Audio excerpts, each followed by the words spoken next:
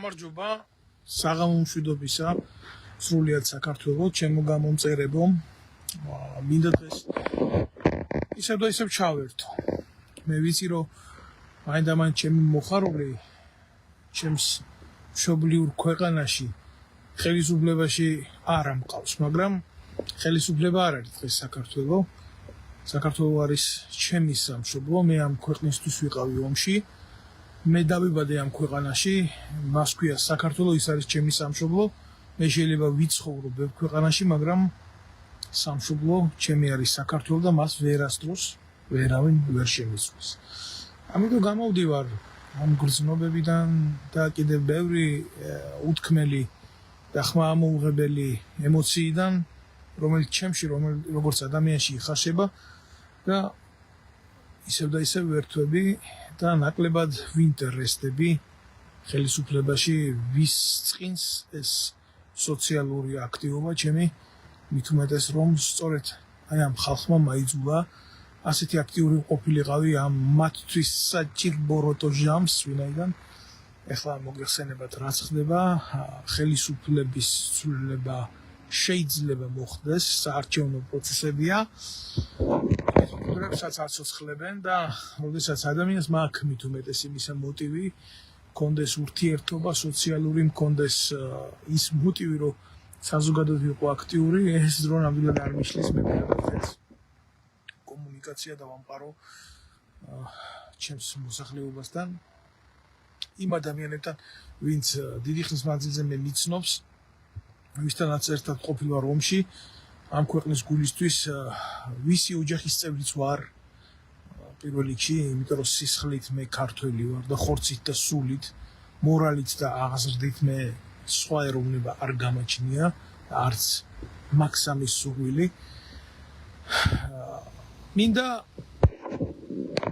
სიყალბეს გავცი პასუხი იმიტომ რომ მე მიმაჩნია სიყალბეზე დიდი დანაშაული როგორც ჩვეულებრივი რიგითი ადამიანის წინაშე და რიგითი მოქალაქის წინაშე ასევე სახელმწიფო პირის წინაშე და ზოგადად სახელმწიფოს წინაშე არ არსებობს სიყალბე მე არ ვიცი მე იმ თაობის წარმომადგენელი ვარ რომელსაც ქვია დაკარგული თაობა აგვისტოში გავხდი 40 წლის და ალბათ ჩემი ასაკის მამაკაცები დამითანხმებიან რომ თუ ჩვენ გვახსოვს საქართველოს ჩვენ გვახსოვს დენთის სუმში მყოფი საქართველოს გვახსოვს ბევრი ტკივილი გვახსოვს ბევრი სოციალური გაჭირვება მაგრამ ღირსების გარეშე ყოფნა არ გვახსოვს განვითარება ალბათ ასეთმა არასწორმა როგორც შემოგთავაზეს მაგან უფრო მოიტანა ღირსების დაკარგვა ვიდრე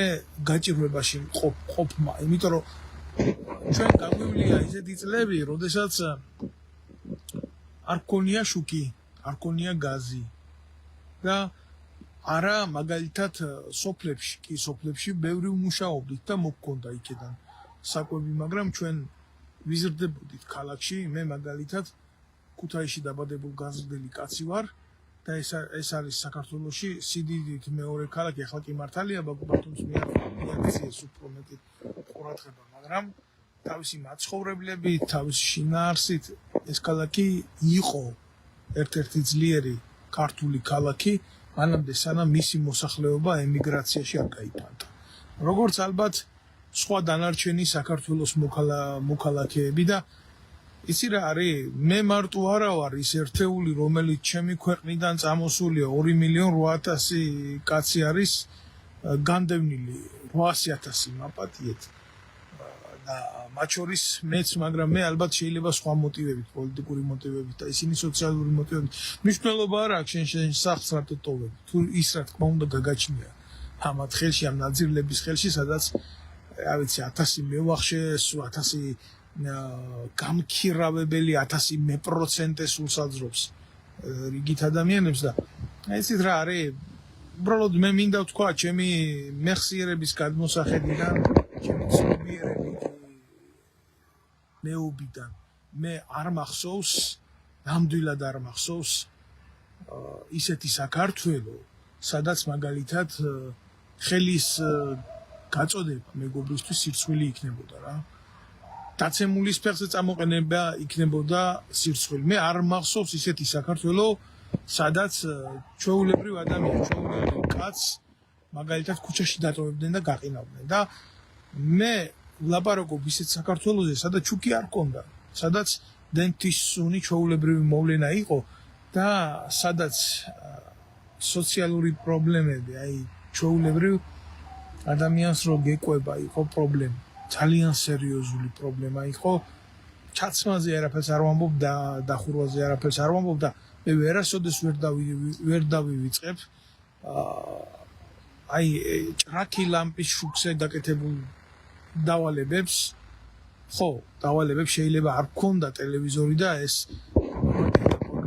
პოეზია და ლიტერატურა არ მოეწოდებოდა ჩვენ ცნობიერებას მაინდა-მაინც ხშირად, მაგრამ ჩვენ ერთმანეთის ურთიერთობებში უფრო ვთმებოდით ვიდრე დღეს. აი ახალგაზრდა თაობა გაპუხილია საქართველოში, რა თქმა უნდა, ამ ეგრეთ წოდებული თქვათ ციფრული მეხსიერებით და მე ვფიქრობ, რომ ალბათ ეს არის სერიოზული პრობლემა მთელი რიგი საზოგადოების და ჩვენი თაობის, იმიტომ რომ შეისრულთა როგორც პილასოსი ახალგაზრდა თაობა ყველაფერი. მე რა თქმა უნდა ჩემ თაობას ბებერ თაობა დაართული, მაგრამ ჩვენის თაობა ვიყავით, ასე ვიტყვი, იმიტომ რომ ჩვენ არ მოგწეს საშუალება თვითრეალიზების, რომელსაც ალბათ ყველაზე დიდი შრომითი აქტივობა უნდა გამოეხატა ჩვენი ერის მშენებლობისთვის და სამწუხაროდ ჩვენ ჩემო კარგებო სხვის ქვეყნებს ვაშენებთ, იმიტომ რომ ჩვენ არჩევანის უფლება არ აქვს. იმიტომ რომ სიცოცხლის უფლება უპირველესია თუ გინდა გქონდეს თუნდაც ის მეხსიერების ნაწილი შენში, რომელიც შენ გაგაიგივებს შენ სამშობლოსთან და რომელიც შენ არ დაგკარგავს იმ რეალური მოცემულობის ჩარჩოში, სადაც შენ გაიძულეს უბრალოდ სხვა არ ყოფილიყავ. და ვერც იქნებოდი, იმიტომ რომ ჩვენ ისეთი მორალით ვიზრდებოდ. მე რა არის, მე არ მინდა ყველაფერი დაემგვანოს ჩემი საუბარი შატბერაშვილის ესეთი გენიალური ქართველი მწერალია. ეს აუცილებლად უნდა წაიკითხო კაცმა. ახალგაზრდა თაობა ნაკლებად მიწვდება ამ წინს, სადაც შატბერაშვილის მკვდრის მზე ალბათ რა ვიცი, ისწავლებოდა კიდევაც. დღეს შეიძლება ბევრი რამე შეიცვალა და არ ისწავლება და რა არის, როდესაც მამათა და შვილთა შორის ომი მიდის და სადაც მამები შვილებს ყოველთვის დასცინიან იმაზე, რომ ჩვენი თაობა უკეთესი იყო, ჩვენი თაობა უფრო მეტ ნახტომს აკეთებდა, ჩვენი თაობა უფრო სპორტულად მომზადებული იყო, ჩვენი თაობა უფრო მეტი იყო და იმგვაროს აქვს. მაგრამ როდესაც მე უყურებ ძლიერის პრიორიტეტებს, როდესაც ძლიერი მაინდა-მაინც ძლიერის გვერდზე დგას, მე არ ვთვლი, რომ ეს ქართულობაა. მე რო უყურებ იმას, რომ ძლიერი, აი ძალიან მარტივად გეტყვით რა, გამარჯვებული. რადგან დღეს ძლიერის სინონიმი უფრო გამარჯვებულია, თორე საერთოდ თუ ავიღებთ კლასიკურად, ხო, გამარჯვებულს და ძლიერს აბსოლუტურად შეიძლება სხვა რაკურსში უყუროს ადამიანმა რა. იმიტომ რომ ძლიერი შეიძლება სულაც არ იყოს გამარჯვებული.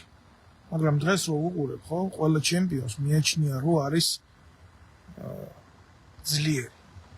მაგრამ აბა როგორ არის შენ საზოგადოებასთან თავსებადობაში ის გამარჯვება, როდესაც შენს სიძლიერეს ყიდი ხელისუფლებაზე, რომელიც დამსახურებულად იქარზეს.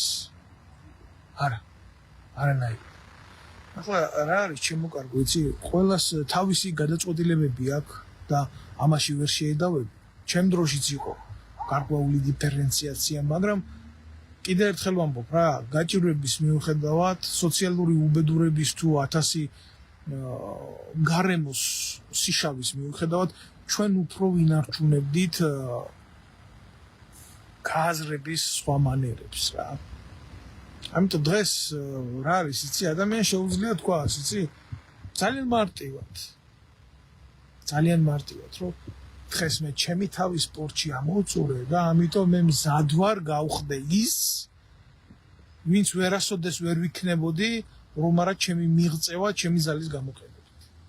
მე არ ვაკეთებ ნარატივს. მე ამას ვლაპარაკობ უბრალოდ იმიტომ რომ ჩვენ თაობაში ხო თქვენ გონიათ არ იყო ძლიერი მამაკაცები? მიუხედავად იმისა რომ არ იყო ეს სპორტული შესაძლებლობები მაინდა-მაინც აზი აღმატებული. მაინდა-მაინც არ იყო თქვათ ისეთი ნორმები დაყენებული, პროტეინებს ვერ იღებდნენ, წამდა უმწვიმ ვერ ყრიდნენ. მიზნებს აღწევდნენ. დაფასება იყო ნაკლები და რეალი და ასპარეზი იყო ნაკლები. მაგრამ ამ ადამიანების უმრავლესობა ჩემ თაობაში იღუპებოდა ზოგი ფრონტის ველზე. წინა ხაზზე, ზოგი უსამართლობაში იძირებოდა. და არც ერთ მათგანს არ მიუწია იმის უფლება საკუთარი თავისთვის, საკუთარი ძალით. ამაყ. აი ამას გეუბნებით გულახდილად რა. იმიტომ რომ თქვენ თუ შეხედავთ 93 წელში რამდენი ქართველი ვაჟკაცის საფლავი არის გაჭრილი. არაფრის გამო თქვენ ამაში დარწმუნდებით, ჩემს სიტყვებში დარწმუნდებით. მე მაშინ ვიყავი ბავშვი და რა არის ცით ალბათ გარემო რა თქმა უნდა ყველაფერზე მოქმედებს თავის თავად რა. არასოდეს არ დამავიწყდება რა გახდა ჩემთვის მაგალითი სივაშკაცის და რა გახდა ჩემთვის მაგალითი იმისი რომ სხვა გზა არ ამერჩია ცხოვრებაში რა. მამა ჩემი იყო ბავშვობიდან ინვალიდი. წვენით არა იყო, ფეხით იყო და თუმცა მის ინვალიდობას ხელი არ შეუშლია ჩემი სამშობლოსთვის ებრძოლა. აი ბატონი პლატონ ხუციშვილი მიღურებს ახლა ეროვნული მოძრაობის ერთ-ერთი თვალსაჩინო ადამიანი და დამეთანხმება ის რომ იდეას არ აქვს ხარვეზი თუ ის პატრიოტიზმთან თავსებადი. მას არ ჭირდება რომელიმე კიდურის ნაკლებობა. იცით რა არის? ამიტომ მამა ჩემი კომუნისტების დროს დაიჭირეს და გაასამართლეს ეროვნული ლიტერატურის გავრცელების გამო, მანამდე სანამ სულიად გამსახურდია მის გაანთავისუფლა. ეს მისი ომი იყო და მე ვთვლი რომ ამ ინვალიდმა კაცმა ჩვენ ყველას მოგვიგო. იმიტომ რომ მან საკუთარი მეგობრები არ გაყიდა თავისი მომავლის გულისთვის. იმიტომ არა რომ ის მამა ჩემი იყო. არა. იმიტომ რომ ამ თაობაში ასეთი აღზრდა ჰქონდათ. არ ჩაშვების და არ ღალატის. რო ჰქონდათ იდეა იმისი რომ მათი წინაპრების სამშობლოს დაიბრუნებდნენ და ჩვენ ჩემმა დაკარგულმა თაობა ვერ შეძლო კონსოლიდაცია იმისთვის რომ ჩვენ ვინც რეალური თავისუფლება წაგვართვა იმისთვის ხელი შეეშალა რომ დღეს საქართველოს ემართა. ამ პასუხისმგებლობას მე ჩემ თავზე პირადად ვგრძნობ და პირადად განვიცდი. ახლა ისე თქვა მინდა, იცით? მამა ჩემი აფხაზეთის ომში რა თქმა უნდა მონაწილეობას ვერ ღებულობდა ვერც სამაჯრობოში, იმიტომ რომ მას ეს არ შეეძლო, როგორც გითხარით, პირველი ჯგუფის ინვალიდი იყო. ჩვენ ვიყავით ბავშვი. სკოლის მოსწავლეები დაწყებით ეტაპზე. და ჩვენ თვალწინ ხდებოდა ამ დანგრეული დამწვარი ტექნიკის გადინება და არასოდეს არ დამავიწყდება ის ეშელონები, ის ნაომარი ეშელონები, რომელიც ჩვენ თვალწინ მიდიოდა, ის საბრძოლო მასალები, ის ლოგისტიკური დანაყოფები თუ ავიაციის შემჭიდროებული ფრენები და მე ვიცოდი რომ მე ჩემი ქვეყნის და ჩემი ხალხის სადარაჯოზე უნდა დამდგარიყავი და მე სხვა პროფესია და სხვა იდეა მე არ მაწუხებდა გარდა იმისა ყოველი დღე ველოდებოდი იმას რომ სრულწლოვანი დამდგარიყავი და რა ვიცი როგორღაც ეს ჩვენ მოახერხეთ იმიტომ რომ მთელი ამ ხნის მანძილზე ჩემს პირად ისტორიაში როგორც ადამიანის არის ეს ბიოგრაფია რომ სამხედრო სკოლა, შემდეგ უნივერსიტეტი, შემდეგ სამხედრო კათედრა, იქვე სამხედრო აკადემია, მერე ომი, მერე 10 წელი დაახლოებით სამსახური საქართველოს შეერაღებულ ძალებში. დაახლოებით 10 წელი. მე მონახილად გეუბნები რა. მე გამოვიარე ძალიან რთული ცხოვრების პერიოდი, როგორც სამოქალაქო პირობებში, ისე სამხედრო ცხოვრებაში, მაგრამ მე ასეთი ტკივილი, რასაც მე დღეს ვგრძნობ, არც ერთი გაჭირვების ეტაპზე არ მიგვრცნია. მიუხედავად იმისა, რომელი ხელისუფლება იქნებოდა და იყო ან მომავალში ვინ გახდებოდა თქვათ ძალაუფლების მატარებელი. ჩვენ ქვეყანას შემოკარგებო აკლია პატრიოტიზმის დეფიციტი. იმიტომ რომ მე ვინც ვნახე ყველა ეშელონში დაწყებული ქვედა ეშელონიდან დამთავრებული ზედა ეშელონში ყველას აქვს სურვილი იმისთვის და იმისი რომ რამენაირად მოიპაროს ძალაუფლება. რამენაირად მისი გენი გაწიოს, მისი იდეა გაწიოს, მაგრამ არა საერთო. არ ვიცი, მე ერთი რაღაცის თქმა შემიძლია, მე ვაზიარებ აბსოლუტურად ყველა ადამიანის სწორ იდეას, სწორ შეხედულებას და სახელმწიფოებრივ აღქმას, თუ რა თქმა უნდა ის თავსებადობაში მოდის ერის ეროვნული ინტერესი. მნიშვნელობა არ აქვს ჩემთვის პიროვნებებს. აბსოლუტურად არ აქვს ჩემთვის მნიშვნელობა პიროვნებებს. გულახდილად გეტყვით ერთ რაღაცას რა. ყველაზე დიდი პრობლემა დღეს ჩვენი ერის კონსოლიდაციისთვის არის ჭორაობა. საკმარისია 2-3 კაცმა, თუნდაც 4-მა ქვეყნის საერთო სატკივარზე დაიწყოს ლაპარაკი, აუცილებლად მეშვიდე გამოჩნდება და იმ მეხუთე და მეოთხე კაც შორის გააღვივებ შუას. მე ყოფილი ვარ ამ გარემოცვაში, მე ეს ყველაფერი საკუთარ თვალწინ გავიარე, საკუთარი თავდასხმის, საკუთარი ჩასაფრების, საკუთარი განადგურების და ბევრი პიროვნულზე რო არ ვილაპარაკო, ხო? მე მინახია ისეთი სიტუაცია, სადაც ნათლი მირონი ერთმანეთს ღალატობს. სადაც ძმა ძმას ღალატობს. ნათესავი ნათესავს ძვირს უთხრეს. ამ პარტავნება ვერ დაიოკეს მათი და მეტი შეთავაზებული ფულის გამო, ხო? საკუთარი ამბიციები უკან გვარ დაწეს. პირველობა რო არ დათმეს. არც რო ქონდათ, მაგრამ იდეაშიც რო ვერ დათმეს ისეთი. მე ყოველთვის ვთვლი რომ ადამიანები იყვნენ მოსაჭრელები გულიდან. და არასოდეს არ დამიხევია უკან რომ მოსათხრელი და მოსაჭრელი მომეჭრა გინდა შიგნიდან და გინდა გარედან. მე სანამდე ამ გადაწყვეტილებებს მივიღებდი ძალიან ბევრჯერ ვფიქრობდი რომ იყო თუ არა გასაკეთებელი, გამიკეთებია ეს ყველაფერი. იმიტომ რომ ესეა ცხოვრება. თუ არ განკურნე შენი ორგანიზმი დაავადებისგან, ის აუცილებლად დაგალბობს. და ძალაუფლება საქართველოში სამწუხაროდ ეროვნული ხელისუფლების შემდეგ აიღო ისეთმა ძალებმა, სადაც გაღწნილება და სიდამპლე უფრო მეტია ვიდრე ჯანსაღი. მათში ადამიანური გრძნობაც კი არ იყო, რომ უკეთესობისკენ წასულიყო ყველაფერი. მხარეს ადამიანურს რო ეჯობნა ბოროტებაში. ასეთი მხარე არ იყო. მე მომისმენია ამ ხალხისთვის. და რა იყო, იცით, გულახდილად გეტყვით რა. ჩემი სამოქალაქო ასპარეზზე, ჩემი გამოსავლიდან გეუბნები, მითო ლაპარაკობ საკუთარ თავზე თუ რა ღმერთმა დამიფაროს ამ პარტავნებისგან რა. რამენაირად რომ დომოდა ამ პარტავნება და ჩემ ქვეყანაში ცხოვრება უღირსოდ, რა თქმა უნდა, და უსინდისოდ და უნამუსოდ და წაშლილად. იმხელა განათლება მაქვს, იმხელა ცოდნა მაქვს და ინფორმაცია მინიმუმ ამას მოვახერხებდი. მაგრამ ძალიან რთულია ჭამოპური, რომელიც არ გეკუთვნის და რომელიც ვიღაცის უკანალში ძრომვით არის მოპოვებული და რომელიც არაქრისტიანული გზით არის აღებული და არა მარტო არაქრისტიანული, მას არც ერთი რელიგიის მორალი რო არ ცნობს ისეთი. თუ არა მე ვიცნობ მუსულმანებს, მე ქრისტიანს მიჩვევ. აგერ ვამბობ გულახდილად.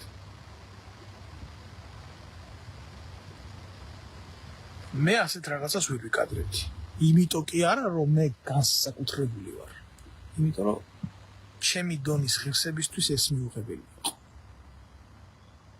იყო მძიმე ნაბიჯები, მე სხვის ქვეყანაში გავიარე ურთულესი ცხოვრება. ქუჩაში მეძინა იმისთვის რომ საკუთარი ღირსება არ მომეჭრა და არ ჩამეგდო და ტყვეთ არ ჩაუბარებულიყავი მტერს. და ამ შემთხვევაში საქართველოს ხელისუფლება არის მტერი.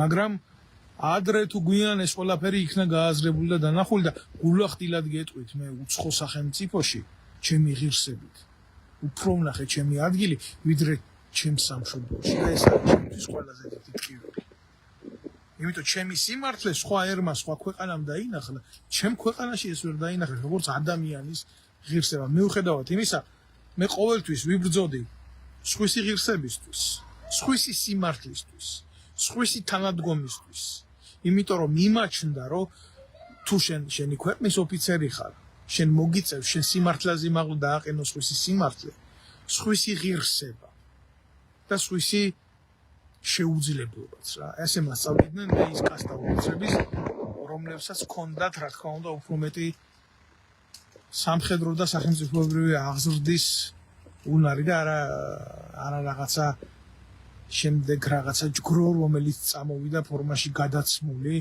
თინახიდაშელის მაგვარი ქმნილებები რომელსაც ელასტიკზე ფორმა გადმოახურეს ზევიდან ძალიან ბევრი რაღაცის თქმა მინდა შეიძლება მაგრამ ეს ვერ გამოვხატო იმიტომ რომ მე არ მქონდეს შესაბამისი ლოგიკა ან შესაბამისი განათლება მაგრამ როდესაც შენ აწყდები შენი კარიერის მანძილზე უღირსობას და მიგაჩნია შენ რო ეს არასწორია ხო ის შენ არ უნდა გააკეთო რა იმიტომ რომ შენ ამას ორგანიზმი გიკარნახებს შენ თვითონ არაფერს ოფიციალურს ისეც რაღაცა საიდუმლოს არ ვლაპარაკობ ეს თითო ადამიანს შეხვედრია თავის ცხოვრებაში თითო ადამიანს გადაუტანია ესეთი რაღაცა მე ამას ვლაპარაკობ ჩემი მორალიდან გამომდინარე რა ვიღაცა შეიძლება არ მომწონდი ვიღაცას მოვწონდი მაგრამ მე არასდროს არ დავცემულ ვარ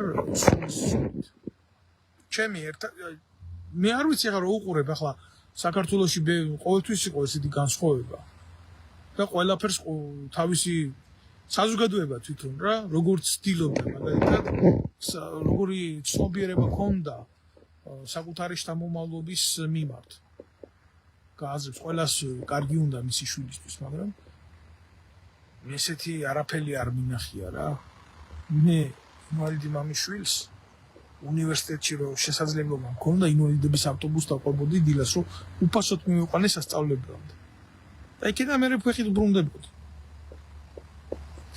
თუმცა ბედის ირონია ეს სამსახურიდან რომ გამომიშვეს ახალაიებმა და შემდეგ უკვე ხიდაშელებმა ეს გამოცდილება მეხმარებოდა რა 10 კილომეტრი გამევლო რომ პროკურატურამდე მისულიყავით თქვენ შედეგი მითხარით თორე იქიდან მე სახში 10 კილომეტრს ფეხითაც გამოვდიოდი ადამიანს რა კლავს იცი არა განვლილი მანძილი არა ფიზიკური აქტივობა არა ადამიანს კლავს უსამართლობა როდესაც უსამართლობას ვერ იღებს რა მე ყველაზე მეტად დღეს გული მტკივა იმაზე რომ თაობა არ იზრდება პატრიოტულად მარტო დროშების ფრიალი ეს არ ნიშნავს პატრიოტიზმს თანაგრძნობა ემპათია წოდებული ახალგაზრდა თაობაში არის ნულოვანი რა ახალგაზრდა თაობას გააჩნია ეგრეთ წოდებული მიდრეკილება ნივთებისკენ და არამატერიალური აი სუბსტანციების მიმართ რაც არის რაც შეიძლება თითოეულ ადამიანს აწუხებს ჩვენ დროს ასე არ იყო თქვენ გონიათ ყველა ითვისებდა შუშანიკის წამებას აგეოგრაფიულ ნაწარმოებებს ვეფხვის ტყაოსნის დეტალებში იძირებოდა ყველა არანაირად გეუბნებით ესეთი რაღაცა არ იყო მაგრამ ჩვენ დაბადების დღეებზე ერთმანეთს ციგნებს ჩუქნიდით ჩვენ გქონდა ის გამოწვევა რომ რაღაცნაირად კომუნიკაცია ერთმანეთში გქონოდა ციფრების გარეშე დღეს ყველაფერში ციფრებია მე არ მიყვარს არ მომწონს ეს მე ხშირად მეუბნებიან რომ რა არის განსხვავება ევროპულ საზოგადოებაში და რა არის განსხვავება აი ქართულ საზოგადოებაში 35 წელი საქართველოში ვიცხოვრე ცხოვრების სხვადასხვა ფენაში და ეშენოში და მაგას ახლა უბრალოდ შეიძლება დეტალურად არ შემოგთავაზოთ ეს პირადია მაგრამ დაწყებული აი მიწის დამუშავებით დამთავრებული პარკეთზე ცხოვრებით და შემდეგ უფრო კიდე მაღალ ეშელონებში ქონია ურთიერთობა და მე ერთი რაღაცის თქმა აი აქ უყურებ სხვა განზომილებებს და აშენებულ სახელმწიფოში, სადაც აი მილიარდებად ღირებული ინდუსტრიები არის, ხედავ ხო ამ ყველაფერს. და ვიაზრებ იმას, რომ ჩვენ რადიკალურად სხვა სამყარო ვართ. და ეს რადიკალურად არსებული სამყარო აი ესე ჰაერიდან არ გაჩენილა. და ამათი წარმატების ფორმულა არა რაღაცა ის არის, რაც ჩვენ მაგალითად არ შეიძლება გქონდეს. თურმე ეს ყველაფერი არის აღზრდაში. წლობით ნაგროვებ გამოცდილებაში და ფასეულობებში. და რა ფასეულობებია იყვიან ახლა. თუ შენ მანდა მაინც იმ გარყვნილ სამყაროში ცხოვრობ და ასე ცხოვრობ მე დაახლოებით 5 წელზე მეტია აქ და არავინ არ მოსულა ჩემთვის და არ უთქვია მე შენ უკნიდან უნდა გიხმარო ან შენ მე მიხმარე უკნიდან. მე ესეთ ფაქტს მე არ წავწვდომი ვარ. გულახდილად გეუბნებით ამას, მე მიცხოვრია ძალიან დიდ მეგაპოლისებში. მე არც ის მინახია მაგალითად გულახდილად გეტყვით, რაც საქართველოს სიზუსტისა და გარყვნილების მიმართულებით ხდება, აქ მენახოს ეს. მე საქართველოში უფრო მეტი მინახია. ამ 3 მილიონ ნახევარ ერში მე უფრო დიდი გარყვნილება მინახია, ვიდრე ქვეყანაში 65 მილიონიან ქვეყანაში, რომლის ერთ ქალაქში 4 მილიონი მოსახლე შეიძლება იყოს. მაგრამ რას დავაბრალოთ ეს ყველაფერი? ეს ყველაფერი უნდა დავაბრალოთ იმას, რომ საბჭოთა კავშირის დანგრევის მერე, იმ ცნობიერების წაშლის მერე, რომელიც ქართველ ერს თავის ტრადიციით ჰქონდა შემონახული თუნდაც საქართველოში საბჭოთა კავშირის არსებობაში ჩვენ ძალიან ცუდად გავიგეთ ცივილიზაციის აზრი, ეკონომიკის აზრი. ჩვენ ძალიან ცუდად ჩავწვდით პრივატიზაციის და კაპიტალიზმის საფუძვლებს. აი ეს არის. და თურმე კაპიტალიზმი, თურმე აქ კერძო საკუთრების ქონა, იმას არ ნიშნავს, რომ სხვა წაართვა კერძო საკუთრება, ან დაუნგრიო ცნობიერება, ან განათლების დონეზე დაადგა ფეხი. არის საზოგადო შესაძლებლობები და არის უნარი ამ საზოგადო შესაძლებლობების მიღების. არის კატეგორია, ვინც ირჩევს გზას განვითარების და მას სახელმწიფო აძლევს ამის საშუალებას და არის კატეგორია, რომელიც რჩება მის დონეზე და ამბობს მეს მკმარა და არ მინდა ძევით სვლა. ეს ამას ქვია არჩევანის უფლება. ქართველებს არჩევნის უფლება არ დაგვიტოვებს.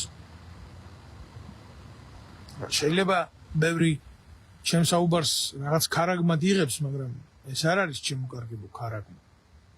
მე ვცდილობ, რომ ჩემი გადასახედიდან მივიდანო ქართველერამდე ჩემი შეხედულებები, იმიტომ რომ მე არასოდეს კიდევ ერთხელ ვამბობ და გავიმეორებ რა, არასოდეს არ მქონია სურვილი პარლამენტში მოხვედრის, არ დამაბრალოს არავინ ეს რა. ვერან ვერ დამაბრალებს იმას, რომ რომელიმე იმას კენჭი ვიყარე და სურვილი მქონია და რა არა, არ მქონია მის სურვილი.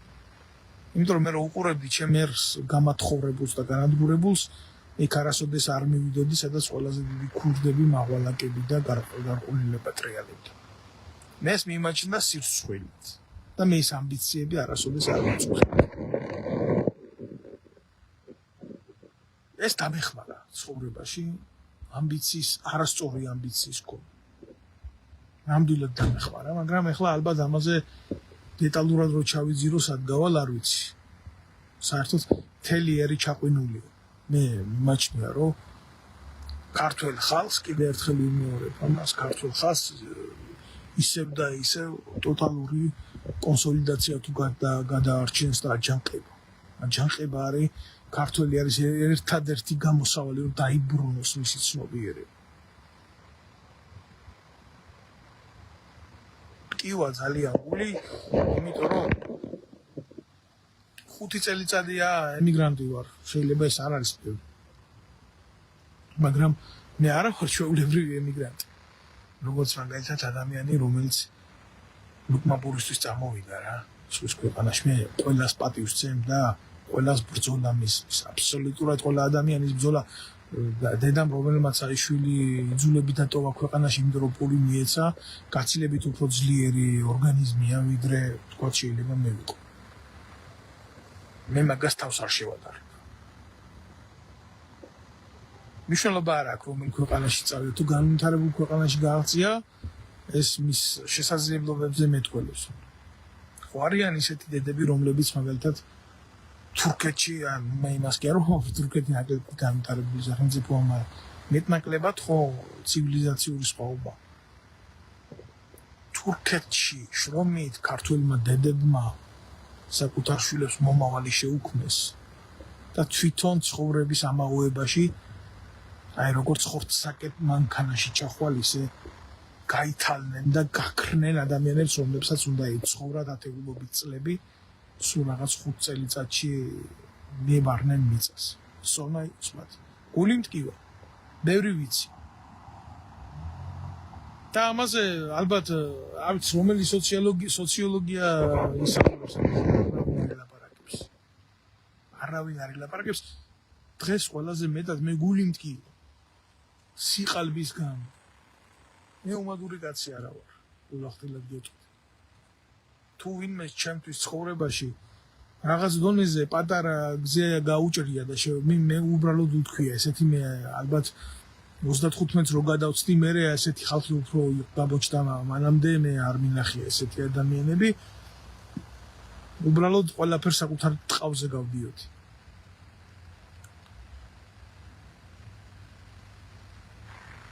უყურებ ამ ტკივილებს რა, ადამიანურ ტკივილებს და ფიქრობდი რომ ადამიანი თუ მარტო უნდა იყოს მთელი თავის ცხოვრების განმავლობაში, თუ არავინ არ უნდა იყოს, რომელიც პასუხს აგებს ადამიანის ასეთ ფსკერამდე ჩასვლაზე და განადგურებაზე რა.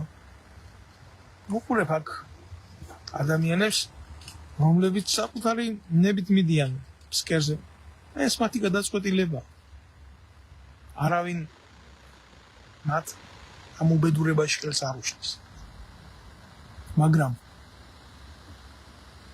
თუ ადამიანი განიცდის სოციალურ გარიყვას, თუ ადამიანს არ აქვს იმის საშუალება, რომ თქვათ იარსებოს იმის გამო რო არ აქვს, ამ ფიზიკური ან სხვა საშუალების გამო, აქ სახელმწიფო დგას მის დონეზე და მას უფლებას არ აძლევს წაქცევის და გარიყვის. აი ეს განსხვავება არის ჩვენ საზოგადოებასა და დღევანდელ ევროპულ საზოგადოებას შორის. კიდევ ერთხელ გულახდილად გეუბნებით. აი ბატონი პლატონიცას მე წავიკითხავ ამ სიტყვებს ქართულ ერს, მამულისა და მოყვასის მრწამსი ჭირდება, რომ ჩვენ სახელმწიფოებრივი თვითმყოფადობისთვის რა თქმა უნდა ჭირდება, ჩემო კარგო პლატონ ჭირდება. აი ეს ადამიანი კაცი სამწუხაროდ ალბათ იმედია ტექნიკურ პრობლემას მოაგვარებს, რომ მასთან მქონდეს კომუნიკაცია და ეს იყო ბატონი პლატონი ზვიად გამსახურდიას მიერ ეროვნული ხელისუფლების დროს კონდაზურვის ხელმძღვანელი და საბაჟოს ხელმძღვანელი და დღემდე მაგანგალებს ტანში რა მე ვესაუბრე მას დღესდღეობით ამერიკაში რომ მომიყვა როგორც ცდილობდნენ გაიტანათ საქართველოდან ეთნოგრაფიული ქონება მილიარდების ღილები ალბათ მილიონების თუ მილიარდების არა მომიტევეთ რა და როგორ უზრუნველყო ბატონმა პლატონმა მისი დაბრუნება და როგორ მიუტანეს ზვიად გამსახურდიას კაბინეტში და როგორ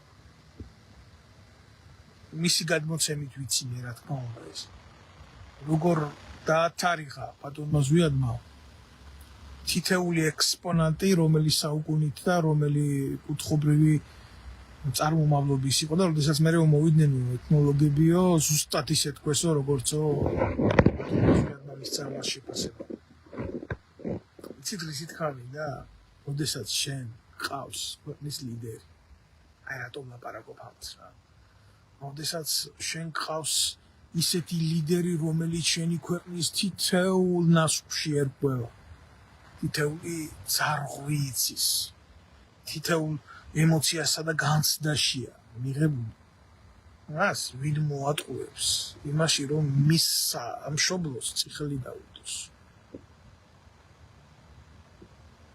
ხალხი იმის არ იყოს რა ქვია შეიძლება ვიღაცას მოსწონს ვიღაცას არ მოსწონს მაგრამ ახსენდება ესა დაწერილი როა შეიძლება უკეთესი მაგალითს ადამიანი მოიყვანოს მაგრამ ესე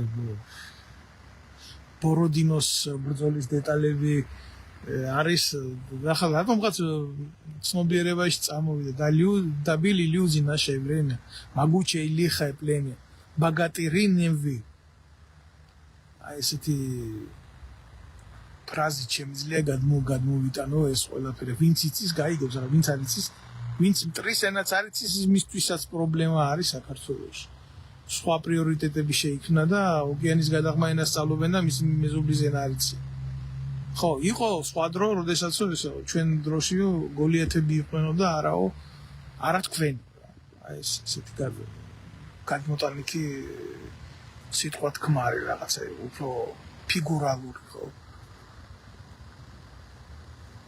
ბუმბერაზი ადამიანების პერიოდი იყო ქვეყანაში როგორც მაგალითად არ ვიცი მე დღევანდელ ქართულ მეცნიერებას 1-2 უკანასკნელი მოჰიკანი თუ შემორჩა ასე ვიტყოდ სად გაქრა ის ადამიანები რომლებიც აი უძლიერეს ქართულ კულტურას და არა მარტო მეცნიერებას ქურუმებად უდგნენ და ანთებდნენ იმ სანთელს ვინ მისცა აკაკი შანიძის კორნელი კეკელიზის შალვა ნუცუბიძის კანდელს რო ჩაქრობილიყო და თუ ჩაეკრო ვისი კანდელი აინთო ეს რიტორიკული შეკითხვა მინდა დავსვა ამა ჩემი შალვა ნუცუბიძის მოსწავლე იყო და მისგან გადმოცემით ძალიან ბევრი რაღაც შემიძლია მაგრამ ნუ ალბათ ახლა მაგის დრო არ არის აგერ ავიღოთ აგერა ალბათ ბევრი მარიცის გალაქტიონი ალბათ ბევრი აღარ სწავლობს მის სიტყვათა თქმას წყობას გააზრებას როგორ დავეცით ისე საქართველოს მწერალთა კავშირში რომ გიორგი მასხულია გახდა საქართველოს მწერალთა კავშირის საპატიო წევრი ეს ხალხად გადაკეთებული კაცი მესინება კიდე რა ორგანოც უნდა ის მიიგეროს თუნდაც სამი მიიგეროს ერთ მაგრამ რაღაცას ბიჭო ხო უნდა ქმნიდე მინიმუმ ან ლიტერატურაში ან პოეზიაში ან პუბლიცისტიკაში რო შენ ამხელა საამაყო ქვეყნის წერალთა კავშირს წარმოადგენ ვიღაცა არაბული ესეთი ასე გონია მაგას ხელს მოაწერს ყველას და იქ დასვა მე ვთვლი რომ ჩვენი ქვეყნის ღალატი იქედან კი არ დაიწყო მარტო რომ ეროვნულ ხელისუფლებას ვესროლეთ და მოვიშორეთ ის ვინც ამდენი ხნის მერე ჩვენ ეს თავისუფლება მოუტანა ანუ სწორედ ქართულ კულტურაში ჩანერგილმა ორი შვილებმა მაპატიეთ რა შეიძლება მე გამოვირჩევი მძაფრი ტერმინოლოგიით მაგრამ მე შევეცდები რომ ჩემ თავში ეს სიმძაფრე დავთქვუნო მამაჩემ მაგალითად მე არ მახსოვს რომ მას ამის დედავატირე სიტყვა ეთქვას რა ამიტომ მაინდამაინც სწორად არ მიმაჩნიაო რა შვილიო დედის ყვალზე და მამის ყვალზე ხდისო ასეთი ლოგიკით შეიძლება მე საერთოდ არ უნდა ვიგინებოდე მაგრამ ადამიანები ინდივიდები ვართ არა ასეთ სინაგლეს რო უყურებ მამაჩემს არ მოსწრებია ეს არ მოსწრებია ის რომ საქართველოს მწერალთა კავშირში საკუთარ დედას უძღვნიდნენ ბრჭყალებში მწერლები სექსუალურ ტოლვაზე რაღაცა ესეებს და ეგრეთ წოდებულ გამომცემლებს ამაპატიეთ და ასე რომ ამბობს ვიღაცა დეისაძე რომ მის ვარდისფერ ბაყებში უშვებდნენ მის ფალოს და კიდე აღარ დავკონკრეტდები იმ ტერმინოლოგიაზე საიდანაც მიხყავთ ამათ ქართული კულტურა და ქართული ერის სულიერი მდგომარეობა და ცნობიერება ვინ აფინანსებს ამას ვინ არის ამ სიუხეში სიმამაძაღლის გამძლიერებელი ბატონი ხასარაძე არაფერი ამ ქვეყანაში შემთხვევითი არა, მე არ მინდოდა ამ ხალხს დღეს აქ მილაპარაკა, მე მინდოდა ძალიან უშუალო საუბარი ქონოდა თქვენთან. მე მინდოდა რომ ამ საუბრით რიგითი ქართველისთვის მიგრძნობიებია, რომ ესე არ არის როგორც დღეს ჩანს რა. ესე არ არის როგორც დღეს ჩვენ უბრალოდ გვაჯერებენ რომ ეს საქართველო არ იყო ასეთი საქართველო. ის გოგო ბიჭები რომლებსაც მე დღეს ახლა ტელევიზიით უყურებ. ერთი ორი არიან, შეიძლება ჩემზე ასაკიანი თაობის დანარჩენი ახალგაზრდები არიან ყველა. რომლებსაც აი სააკაშვილის თაობიდან აქვთ ცნობიერებითი გამოცდილება. გულახდილად გეუბნებით ამას. უნახავ ანახას გარემოდან გამოდიო. ესე მე ვფიქრობ, რომ ესე არ გამოვა. არ არის ეს სწორი ფორმა ჩვენი გამოფხიზლების. ერთადერთი რაღაცა ყველანაირი რაღაცა სტანდარტული სიტყვების გარეშე რა. ერთადერთი რაღაცა რაც გამოგვიყვანს ჩვენ ამ ლიბიდური ქაოსიდან ამ გულის ამრევი მდგომარეობიდან ეს არის ტოტალური აჯანყება. ჩვენ გვინდა აჯანყება, ჩვენ გვჭირდება აჯანყება, ჩვენ გვინდა ტოტალური რევოლუცია. შეიძლება ქვეყანაში სადაც ვეფხისტყაოსანი დაიწერა, სადაც ამხელა საეკლესიო მორალი იყო, ამხელა საეკლესიო სამართალი შეიქმნა, თუნდაც მერჩულია იყო. ყავდეს ციანიდის კლანად შექმნილი ქვედანაყოფი, რომელიც აი მიექანება სიმდიდრისკენ და ქრისტეს ყიდის ყოველდღიურად. ერის დანაშაული არ არის ჩვენი ყოველი მდგომარეობა. ბერის დანაშაულიც არის ეს. მაგრამ როგორი ბერის იცი, რომელიც დუმარებაში არ ცხოვრობს, ზოგადად ბერში მოვიაზრებ თელ საბატრიალოს. ასაგებია უფალმა განუსაზღვრა, მაგრამ ჩემი სახელი დაცრუნებო დოლაბის ქვების თრევა მოგიწერთ სასჯელად იმიერში, მაგრამ ეს მათი სასჯელია, ამაზე ჩვენ ვერ ვილაპარაკებთ. ჩვენ გვაწუხებს მათი ასეთი დამოკიდებულება.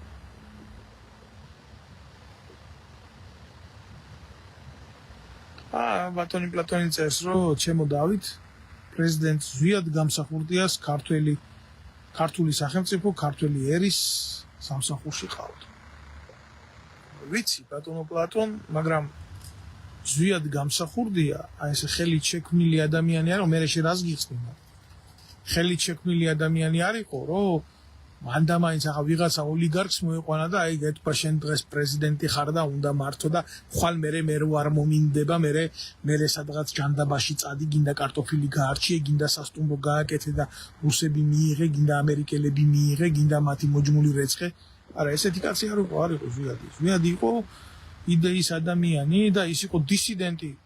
ის დისიდენტი იყო, წამოსული იყო გაჭირვებიდან, ის პატიმრობიანი, ის დემიდან იყო წამოსული. მას იდეებისთვის ჰქონდა ნაბრძოლი, მას თავი ჰქონდა ამისთვის ყველაფერს გადადებული. და როდესაც მოვიდა იმ თანამდებობაზე, მან იცოდა ამის ფასი. ვის კიდე ახლა დღეს მოგითხო ფასი ყველაფრის ყუბახიძეს, რომლის მამაც იარაღა მოხებული ებრძოდა ზვიად გამსახურდეს. ახლა ზვიად გამსახურდია ბევრი იტყვის, რომ არის ასეთი, რომ გააღმერთთ. კი, გასაღმერთებელი კაცი არის ზვიადი. გასაღმერთებელი კაცია, იმიტომ რომ დღეს თუ ჩვენ სხვა ერის ოფლში არ გვიწევს ხნოსვა, ეს მისი დამსახურება, მისი პირადი და მე რა გოსტავს. და ზუსტად ერთი მოკლეს, მეორე მოკლეს და ის კიდე ვინც ხელი დაარტყა, მე რა გოსტავს, აგერ გვეფიცება დღეს ხაზარაძე, რომ მოვა და კიდე ქვეყანას გადაარჩენს. იქეთ მეორე პუჩისტის შვილი გვიმტკიცებს, რომ ქვეყნის პრემიერია. მე არ მინდა ასეთ სახელმწიფოში ცხოვრება. მე არ ვცხოვრობ ასეთ სახელმწიფოში. შეიძლება ბევრისთვის მეუღებელია, მაგრამ ჩემთვის აბსოლუტურად მიღებული ერთი ფრანგი პუბლიცისტის გამოთქმა, სადაც სამართლობა იქ სამშობლო კი რა იქ ბუნკერი არის, ბუნკერია ჩემს საკრავი. ბუნკერია, იმიტომ რომ სადაც მსოფლიო ჩემპიონს შეუძლია საკუთარი ღირსება გაყიდოს. სადაც ბავშვი შეიძლება შიმშილით მოკვდეს ამ დროს საგარეო საქმეთა სამინისტრომ 2 მილიონი ევრო ალაფუშეტებში დახარჯოს. სადაც ეროვნული გმირის პრეზიდენტი სვიად გამსახურდიას გვერდით ამერიკელი ვიღაცა მაკეინი იყოს კიდე ეროვნული გმირი. იმიტომ რომ მიხეილ სააკაშვილის ძმაკაცი იყო. ეს ისეთი რაღაცა შეუფარებელი ანომალიებია, რომ ჩემთვის ეს ვერ გახდება მაგალითად. აღქმის და მიღების საგანი რა. ამიტომ ლაპარაკობ ამას მე გულახდილა. ჩემი ცხოვრების მასე რა უნდა გამიარა მეტი, გავიარე ოჯახის წევრის პატიმრობა, გავიარე პოლიტიკური დევნა, გავიარე ომი, გავიარე ეგრეთ წოდებული მშვიდობა, გავიარე პირადი დევნა ჩემ ქვეყანაში. მეტი რა ვიცი, ალბათ ერთადერთი რაც დამჭა, ალბათ უნდა მოუყოდე. ადრე თუ გვიან იგზის მომიწევს, იმიტომ მაგას ვერ გავექცევით ვერავინ ადამიანთა შორის, მაგრამ როდესაც უყურებ ჩემი ქვეყნის წახდენას და უფრო გადაგვარებას, მე არ მინდა რომ მე ჩემ ქვეყანაში რომ დავბრუნდები, მე ეს აუცილებლად მოხდება. მე ჩამოვალ.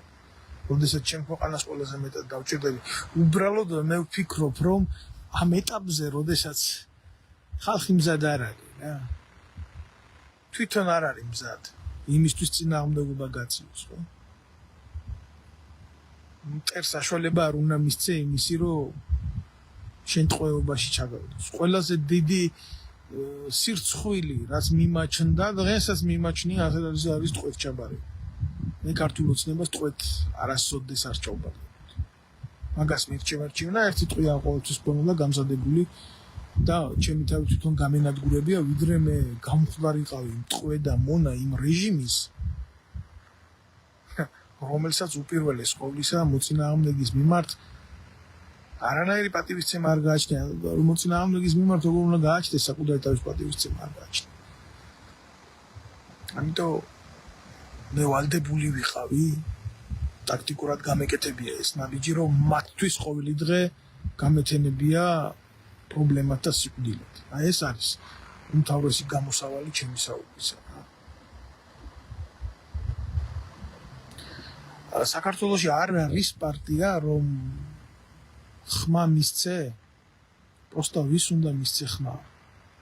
ბატონო ლაშა გულახდილად გიყვი, არ არის, თავს მოიტყუებ ჯიგარო. მე მაგაზე ვილაპარაკე, არასდროს აი ამ პროცესების შემდეგ არავინ ეროვნულს არ დაუშვებენ იქ იმისთვის, რომ შენ ხმა მისცე. შენ უბრალო ადამიანმა ლაშა რომ მიხვიდე და ხმა მისცე, ზუსტად იმისეთ პარტიას არ დაუშვებენ. რატო არ დაუშვებენ? იცი, მაგან შენ შეიძლება როგორც ქართველს პრივილეგიები მოგცეს და მოგცეს შენ ქვეყანაში ღირსეული ცხოვრების უფლება. როგორ შეიძლება ეგეთი რაღაცა მოხდეს? არ არის. ამიტომ რა უნდა გააკეთო? იცი, არჩევნებზე უნდა მიხვიდე. ეს უნდა მიხვიდე. გააფიქსირო შენი თავი, გაიგო შენი ბიულეტენი და გადახაზო ყველა. გააფუჭო. ამითი არ მისცე უფლება იმისი შენი ბიულეტენი გამოიყენო. თუ გინდა მიდი და ჩემი სახელი დააწერე და ისი ჩააგდე. გაბოროტებული არ ვამბობ ოღონდ. არასდროს პოლიტიკაში არ ვიყავი მე პირადად. თუ გეშინია შენი სახელი დაწერა, მიდი და ჩემი სახელი დააწერე, მაგათ დედავატირე. დააწერე და ჩაუგდე იქ. ეს იყო შენი პროტესტი. და ამ ნაბიჯით რასი გამიცი? შენ გაემიჯნე. შენ რა მნიშვნელობა აქვს თქვენ ცხოვრობთ არ ცხოვრობთ? შენ გაემიჯნებ იმ სიმახინჯეს, რომელსაც შენი სახელით გააკეთებ.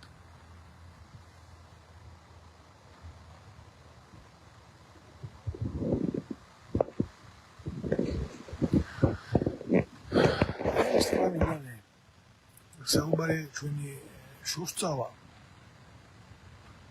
და მე ვფიქრობ, რომ ამ თემაზე ჩვენ კიდევ ერთხელ შევხვდებით აქ. კიდევ ბევრჯერ ვისაუბრებთ ამ ყველაფერზე. და უამრავ ადამიანს საუფორიაქებს სულს, რიგით ადამიანებს, ვინც ჩვენ თაობაში გამოიარა ეს ყველაფერი.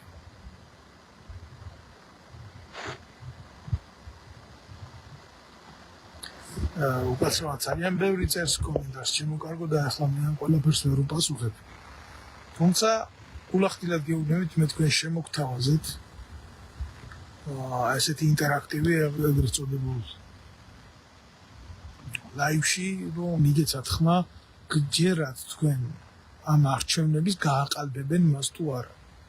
დიდა დამავალებთ თუ ამ ინტერაქტივს უპასუხებთ, იმიტომ რომ განა იმიტომ რომ ეს არ ვიცი როგორ იქნება, არამედ თქვენი პოზიცია გარკვეულწილად მნიშვნელოვანია ამ ყველაფერში.